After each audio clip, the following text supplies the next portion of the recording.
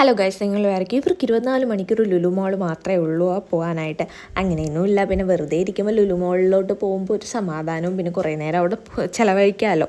ഇന്ന് പോയത് ലുലു കണക്ടറിലോട്ടാണ്. ഞങ്ങൾക്ക് കുറച്ച് സാധനം വാങ്ങാൻ ഉണ്ടായിരുന്നു. എനിക്ക് അവിടുത്തെ ഈ ടി വികൾ ഭയങ്കര ഇഷ്ടമാണ്. ഒരു വീട് വയ്ക്കുകയാണെങ്കിൽ അങ്ങനത്തെ ഒരു ടി വി വാങ്ങണം എന്നാണ് എൻ്റെ ഒരു നിഗമനം.